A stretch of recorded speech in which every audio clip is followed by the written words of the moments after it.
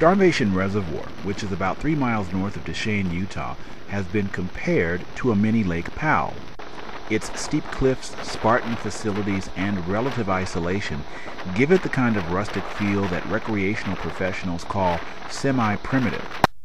But the water behind the 150-foot-high, 2,920-foot-long Starvation Dam is crucial for other reasons to the residents of the Uinta Basin and to the operation of the Central Utah Project. The reservoir, part of the Starvation collection system, develops water for irrigation and M&I use, as well as provides flood control and fish and wildlife benefits. The 167,000 acre-foot reservoir diverts Duchesne River water into the Strawberry River via two other project features, the Night Diversion Dam and the Starvation Feeder Conduit. So that makes knowing exactly how much water the reservoir holds very important to the Central Utah Water Conservancy District, and that's why a handful of state and federal water specialists were out on Starvation's quiet waters recently. Although there were a lot of references to the SS Minnow, the work this team from the Bureau of Reclamation and the Central Utah Water Conservancy District were doing was pretty important. Using a combination of high technology and good old-fashioned boat piloting, both agencies were trying to figure out exactly how much water was in the reservoir. We're doing a sonar survey of the area capacity of Starvation Reservoir.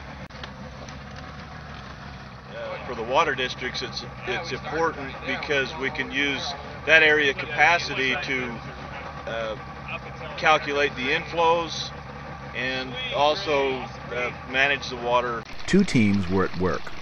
One team was using GPS and sonar to keep them on that grid, which entailed crisscrossing the reservoir in a U pattern. And that won't be anything that can be done quickly, since Scott says the surface area of Starvation is about 3,600 acres, or a little more than 3,500 football fields. Meanwhile, Ryan, Luke, and Jeff Humphrey, both reclamation civil engineers, were skirting the 31 miles of reservoir shoreline to find the point where the water stops and the land begins. What we do is we put in an offset, and that's the distance we'll stay from the reservoir, 15 feet or 20 feet or whatever. That way we get around trees and rocks. And Jeff here, he watches to make sure we have a signal. Also, on some of the bays and inlets, we'll need to walk the shoreline. We can't get close enough for the boat. And he does a lot of that as well. The data both teams collect will be compared with historical maps and photos to show how the reservoir and hence the water levels are changing. Reclamation developed this method several years ago because it wanted to know how sedimentation was affecting capacity.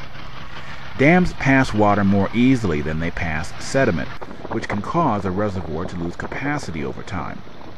Water districts quickly saw the value in using the underwater topography maps to figure out how changes underwater could ultimately affect water deliveries to water users. Since then, Reclamation has done 4 such surveys at East Canyon, Hiram, Steinecker, and Wanship reservoirs, and it has several more in the planning stages. Okay, with the sedimentation, when a river comes into an inlet like this and hits the reservoir, the river slows down in velocity. The water slows down and all the particulate matter in it begins to drop out, especially the heavier stuff. So over time, as it comes down, it'll build up a little bit of sediment every year as it goes through its normal spring and winter cycle.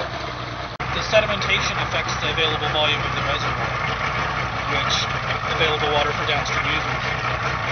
And in this case, like Troy was saying, that the sediment can sometimes reach the dam. And from this inlet, that's unlikely, but if you got the offstream diversion from the Duchesne River that's on the other end of the reservoir, that could. That's why these types of surveys are important to both reclamation and the water users. Storage of water in Starvation Reservoir began in November 1969, and Starvation Dam was completed in March 1970. Starvation Reservoir is expected to fluctuate from year to year depending on available water supplies. The reservoir is filled with surplus winter and spring flows, with the maximum content for the year usually reached between April and June. Releases will normally be made during the summer and early fall months. About 75% of the time, there will be holdover water in the reservoir at the end of the year, which may be used for the next irrigation season. The work this team is doing will help reclamation and the water districts predict the other 25%.